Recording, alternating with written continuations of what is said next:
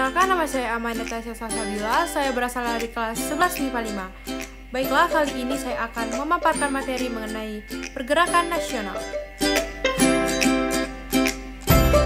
Apa itu pergerakan nasional?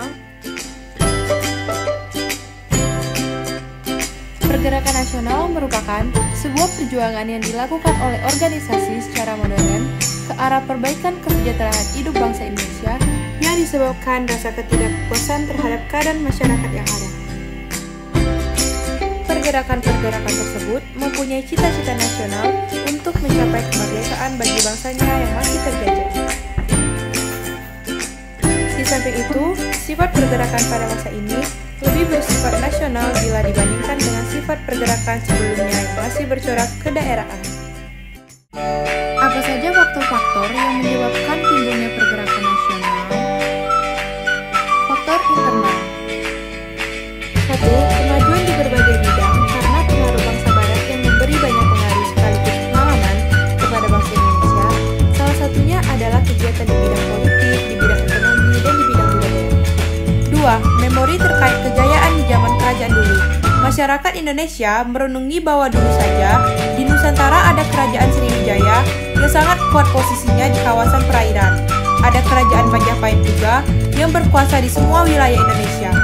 Maka dari itu, mereka memiliki semangat kembali untuk melakukan hal seperti itu di masa sekarang. 3. Penderitaan akibat dari adanya penjajahan bangsa asing. Semua rakyat yang menderita akibat dari Romusia dan juga kerja rodi dan perlakuan sewenang-wenang terhadap rakyat. Ketidakadilan bagi petani yang sampai menanam tanaman yang akhirnya hanya untuk bangsa asing saja. 4. Lahirnya tokoh-tokoh berpendidikan. Tokoh-tokoh ini kebanyakan adalah dari kalangan migran yang biasa menempuh pendidikan di luar negeri. Orang-orang berpendidikan seperti ini memiliki pemikiran yang luas dan kritis. Mereka tahu apa yang sedang dialami bangsa Indonesia dan apa yang bisa dilakukan untuk menghentikan penderitaan tersebut. Juga memikirkan cara Indonesia untuk merdeka. Lalu, faktor yang berasal dari luar negeri atau eksternal. 1. Jepang mengalahkan Rusia. Hal ini menimbulkan semangat tinggi bagi seluruh bangsa Asia, terutama yang sedang mengalami masa penjajahan. Jepang sebagai bangsa Asia mengalahkan Rusia sebagai negara adik kuasa, sementara Amerika Serikat menjadi bukti bahwa Asia bisa bangkit. 2. Adanya pergerakan kebangsaan India. India yang saat itu dijajah Inggris membentuk sebuah organisasi yang bersifat sangat kuat karena cukupannya sudah nasional. Tokoh-tokoh terpelajar India pun muncul seperti Mahatma Gandhi. Gandhi ini merupakan tokoh inspiratif dengan memajukan gerakan-gerakan positif. 3. Gerakan kebangsaan Filipina. Mereka dengan gigih membuat gerakan dalam rangka mengusir penjajahan dari Spanyol hingga akhirnya Filipina berhasil merdeka. 1. Budi Utomo. Budi Utomo didirikan pada tanggal 20 Mei 1908 atas inisiatif dari Dr. Wahidin Sudirhosodo yang kemudian disambut oleh Sutomo dan rekan-rekannya. This school taught Opleiding van Indech Artsen atau Stovia atau Sekolah Dokter Pribumi. Tujuannya untuk mengembangkan pendidikan dan kebudayaan serta melakukan usaha peningkatan perekonomian. Berdasarkan hasil Kongres 3-5 Oktober 1908, Budi Utomo diketuai oleh Tirto Kusumo dari Karanganyar, keanggotaan terbatas, hanya suku Jawa, Bali, dan Lombok, serta hanya bergerak dalam bidang pengajaran pendidikan dan kebudayaan, serta tidak terlibat dalam politik praktis.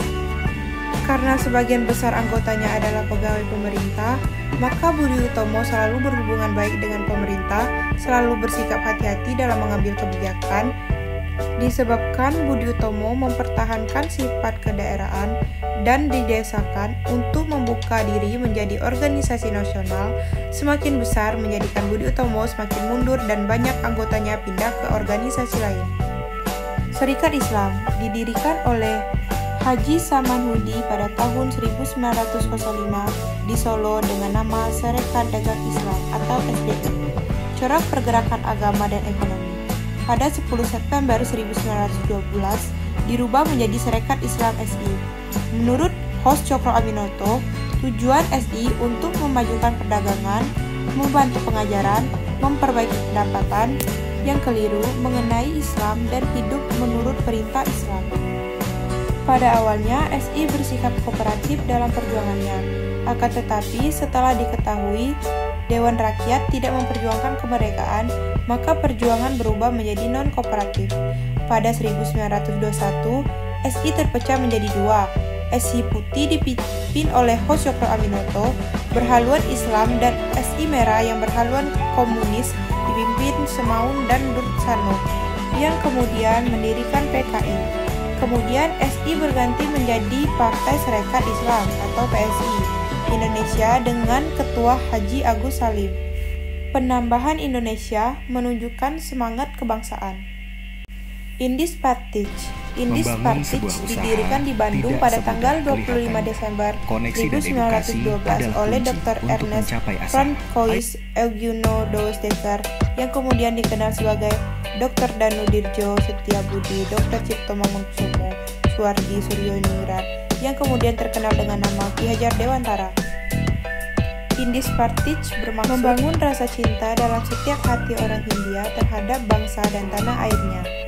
Hal ini dilakukan dengan cara menyadarkan masyarakat dengan menghidupkan kembali harga diri, rasa mampu, dan rasa kebangsaan atau nasionalisme. Dan dalam hal ini, mereka mengajukan suatu nasionalisme yang jauh lebih luas dari nasionalisme Budi Utomo. Dan cita-cita ini disebarluaskan melalui harian The Express.